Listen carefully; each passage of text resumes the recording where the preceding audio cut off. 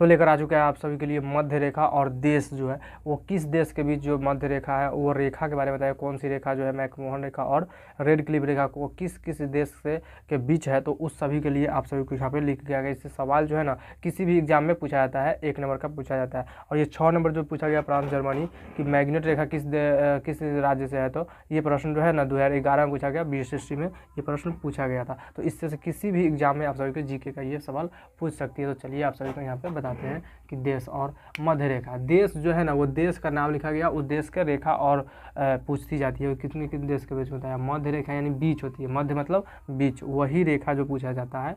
उसीलिए यहाँ पे लिखा गया है कि भारत एंड चीन, भारत और चीन जो है उस दोनों देश के बीच की रेखा जो होती है, कौन सी रेखा होती है, उस दोनों देश के बीच की रेखा जो है वो मैकमोहन रेखा कहलाती है। क्या बोलती है?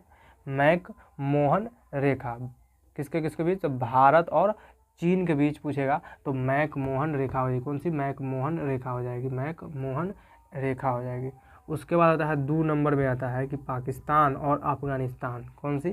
पाकिस्तान और अफगानिस्तान के बीच जो है वो रेखा कौन सी है, तो वो रेखा जो है ना वो डूरंड रेखा है। कौन सी? डूरंड रेखा है। यहाँ पे लिखा हुआ है डूरंड रेखा। तो ये डूरंड रेखा जो है किसके बीच है, तो भारत और अफगानिस्तान के बीच होती है। उसके बाद आता है भारत और पाकिस्तान के बीच, भारत और पाकिस्तान के बीच है जो वो कौन सी रेखा है, तो भारत और पाकिस्तान के बीच होती है रेड क्लिफ रेखा। कौन सी? रेड क्लिफ रेखा, रेड क्लिफ रेखा यानी लाल वाला। रेड जो होता है लाल, यानी रेड क्लिफ रेखा जो है वो भारत और पाकिस्तान के बीच है। उसके बाद जो आता है रूस फिनलैंड, रूस और फिनलैंड के बीच कौन सी रेखा होती है, तो रूस और फिनलैंड के बीच जो है मैन रहीम रेखा। कौन सी रेखा? मैन रहीम रेखा। तो मैन रहीम रेखा जो है ना रूस और फिनलैंड के बीच है। कौन सी? फिनलैंड के बीच जो है मैन रहीम रेखा। उसके बाद होता है जर्मनी पोलैंड, जर्मनी जो है और पोलैंड के बीच जो कौन सी रेखा होती है, तो वो जो है ना हिडनबर्ग होता है। क्या होता है?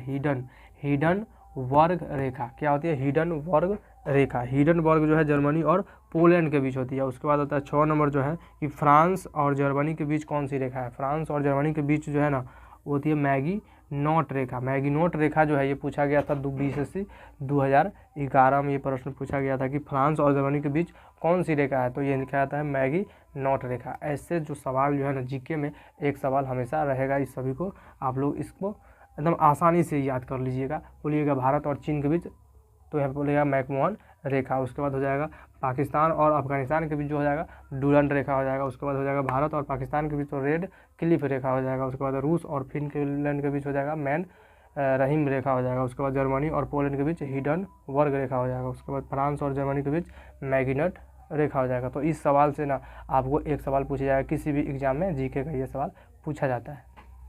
चलिए मिलते हैं नेक्स्ट वीडियो में और